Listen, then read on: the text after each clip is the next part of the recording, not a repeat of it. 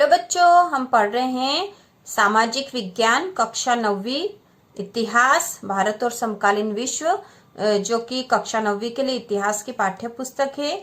और इसका अध्याय 2 हम पढ़ रहे हैं, यूरोप में समाजवाद और रूसी क्रांति। ठीक है, यूरोप में समाजवाद और रूसी क्रांति जो अध्याय 2 है उसका अगला भाग हम पढ़ेंगे। और इसी तरह के और वीडियो देखने के लिए चैनल को सब्सक्राइब कीजिए, लाइक कीजिए।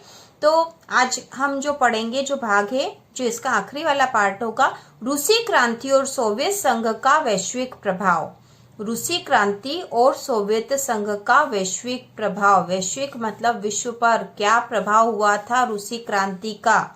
ठीक है, बोल्शेविकों ने जिस तरह सत्ता पर कब्जा किया था और जिस तरह उन्होंने शासन चलाया, उसके बारे में यूरोप की समाजवादी पार्टियां बहुत सहमत नहीं थी। तो बोल्शेविकों ने किस तरह से सत्ता पर कब्जा किया था और शासन कैसे चलाया था, उन्होंने समाजवाद के विचारों पर, सामूहिकीकरण के आधार पर शासन चलाया था, हम जानते हैं ये बात। लेकिन मेहनत कशों के राज्य की स्थापना की संभावना ने दुनिया भर के लोगों में एक नई उम्मीद जगा दी थी। मेहनत कशों के राज्य, मजदूर वर्ग के अधिकारों के आधार पर जो क्रांति हुई थी और उनके हितों को ध्यान में रखते हुए जिस राज्य की स्थापना हुई थी, उससे पूरी दुनिया के लोगों में एक नई उम्मीद जगा दी थी कि ऐसा भी हो सकता है और मजदूरों के भी अधिकार होते हैं, किसानों के भी अधिकार होते हैं। बहुत सारे देशों में कम्युनिस्ट पार्टियों का गठन किया गया, जैसे इंग्लैंड में communist party of great Britain की स्थापना की गई। बोल्शेविकों ने उपनिवेशों की जनता को भी उनके रास्ते का अनुसरण करने के लिए प्रोत्साहित किया। सोवियत संघ के अलावा भी बहुत सारे देशों के प्रतिनिधियों ने conference of the people of the east, जो कि 1920 में हुई थी, और बोल्शेविकों द्वारा बनाए गए कॉमिंटर्न, बोल्शेविक समर्थक समाजवादी पार्टियों का अंतर्राष्ट्रीय महासंघ में हिस्सा लिया था। ठीक है, कुछ विदेशियों को सोवियत संघ की communist university of the workers of the east में शिक्षा दी गई। जब दूसरा विश्व युद्ध शुरू हुआ, तब तक सोवियत संघ की वजह से समाजवाद को एक वैश्विक पहचान और हैसियत मिल चुकी थी, है ना। तो जब दूसरा विश्व युद्ध हुआ तो उसके पहले ही सोवियत संघ के कारण, क्योंकि वहां पर समाजवादी विचारों के कारण ही क्रांति हुई थी, तो समाजवाद को एक वैश्विक पहचान और हैसियत मिल चुकी थी, क्योंकि रूस की क्रांति समाजवाद पर आधारित थी। लेकिन 50 के दशक तक देश के भीतर भी लोग यह समझने लगे थे कि सोवियत संघ की शासन शैली रूसी क्रांति के आदर्शों के अनुरूप नहीं है। तो सोवियत संघ की जो शासन शैली थी वह रूस में जो क्रांति हुई थी उसके आदर्शों के अनुरूप नहीं थी। विश्व समाजवादी आंदोलन में भी, ठीक है, विश्व समाजवादी आंदोलन में भी इस बात को मान लिया गया था कि सोवियत संघ में सब कुछ ठीक ठाक नहीं चल रहा है। एक पिछड़ा हुआ देश महाशक्ति बन चुका था, उसके उद्योग और खेती विकसित हो चुके थे और गरीबों को भोजन मिल रहा था, लेकिन वहां के नागरिकों को कई तरह की आवश्यक स्वतंत्रता नहीं दी जा रही थी और विकास परियोजनाओं को दमनकारी नीतियों के बल पर लागू किया गया था। तो जो विकास परियोजनाएं थी वो दमनकारी नीतियों के आधार पर लागू हुई थी। 20वीं सदी के अंत तक एक समाजवादी देश के रूप में अंतर्राष्ट्रीय स्तर पर सोवियत संघ की प्रतिष्ठा काफी कम रह गई।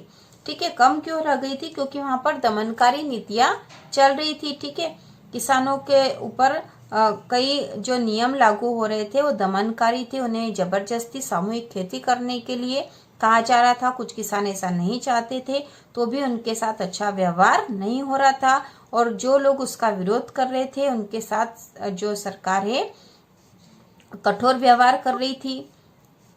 हालांकि वहां के लोग अभी भी समाजवाद के आदर्शों का सम्मान करते थे, लेकिन सभी देशों में समाजवाद के बारे में विविध प्रकार के व्यापक पुनर्विचार किया गया।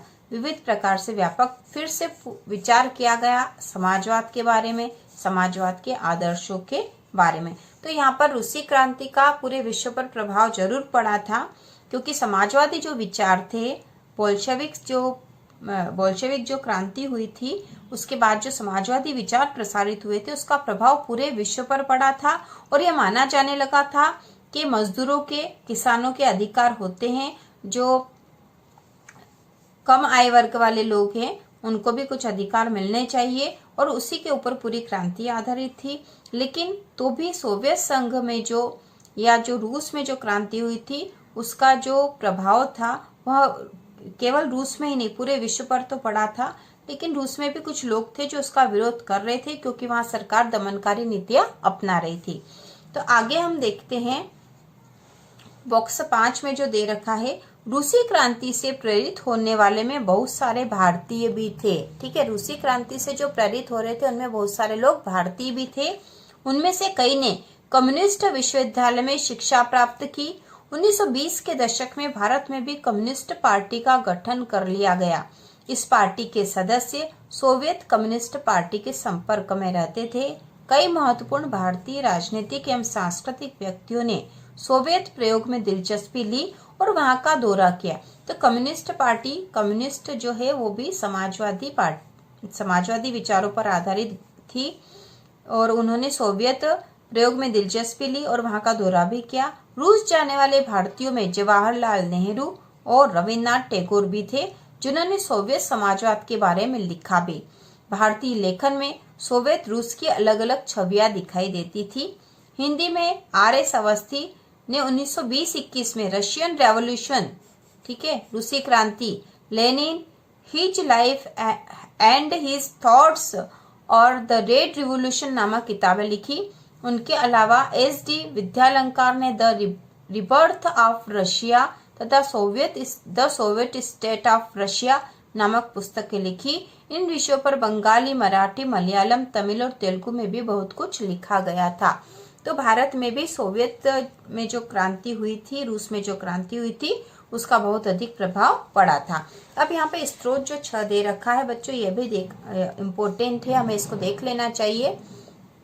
सोवियत रूस में एक भारतीय 1920, ठीक है। अपनी जिंदगी में पहली बार हम लोग यूरोपियों को एशियाइयों के साथ मुक्त भाव से मिलते बतियाते देख रहे थे।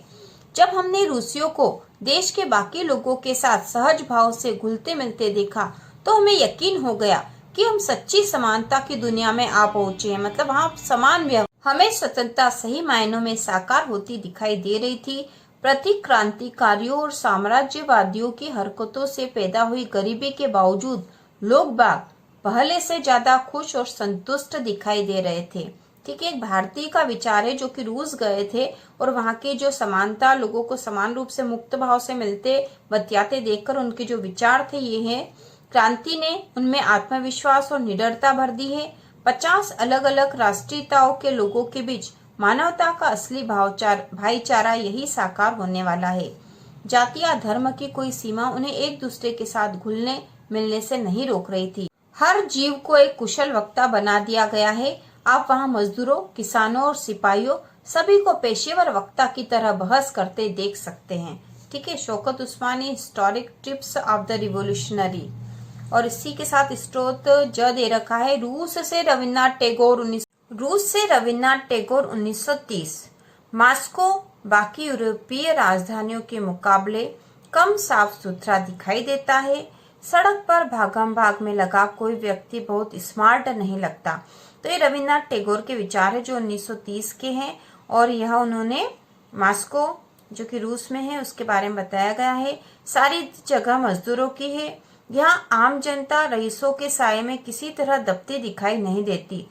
जो लोग सदियों से नेपथ्य में छिपे हुए थे, मतलब पीछे की तरफ थे या जो आगे नहीं आए थे, आज सामने आ खड़े हुए हैं। मैं अपने देश के किसानों और मजदूरों के बारे में सोचने लगा। मेरे सामने जो कुछ था उसे देखकर लगता था कि यह अरेबियन नाइट्स के किसी जिन्न की करामात है।